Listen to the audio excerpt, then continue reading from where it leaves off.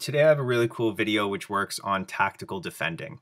Okay, and when we talk about the younger kids, and I would even argue the older kids, in my opinion, the best way to teach is to find an environment where the players are being challenged to make decisions so that what they ultimately do creates either success or failure. And the game provides feedback for those things. So I'll show you this game, and yeah, we'll go from there. So I have three teams: blue, white, and green. And the white team, they are attacking this side, and the blue team is defending this net. And what happens is the white team starts out with the ball, and let's say the blue team wins the ball. Okay, so just like in a game situation, if the blue team here wins the ball in their half, we want them to get the ball to their teammates. We don't want them to just kick the ball away, right? We want them to actually find their teammates who are, as high up the field as possible, but make an intelligent decision. So in order to do that, from now, they have to pass the ball to the green team.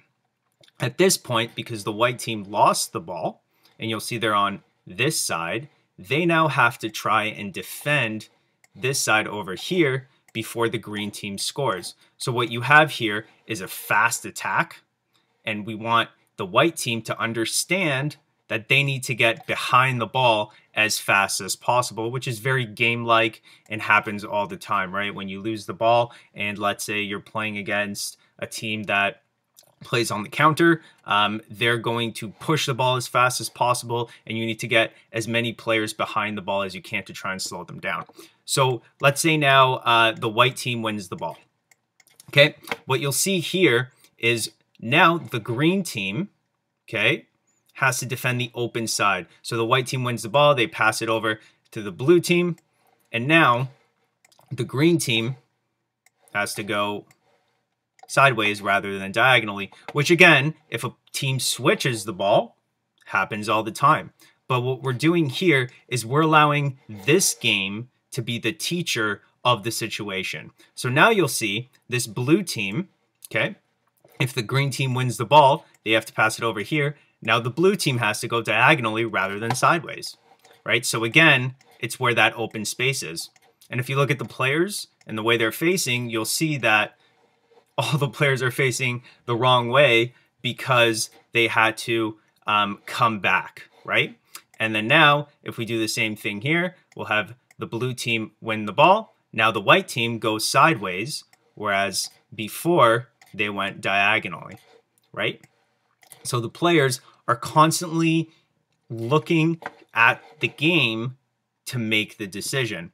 And again, over here now, if the white team wins the ball, now the greens are going diagonally. And before, if you remember, they went sideways, and the white players to the blue. So it's a really cool game. And again, what we're working on is the tactics of defending.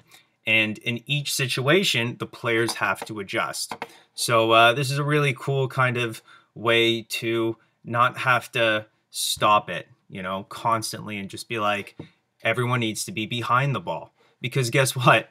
If this happens, right, and the white team wins the ball and they get it back, and the green team doesn't get back in time, the blue team's going to score right away, right? So as a coach, I don't need to be on the sideline, that's me, and yelling at my players to get back, because guess what? If they're not getting back, eventually they're going to learn that they're going to get scored on, right? So it's a great way to teach them the tactics of defending without actually having to stop the game. And that's where, this game-centered approach that I'm working on is changing the way we think.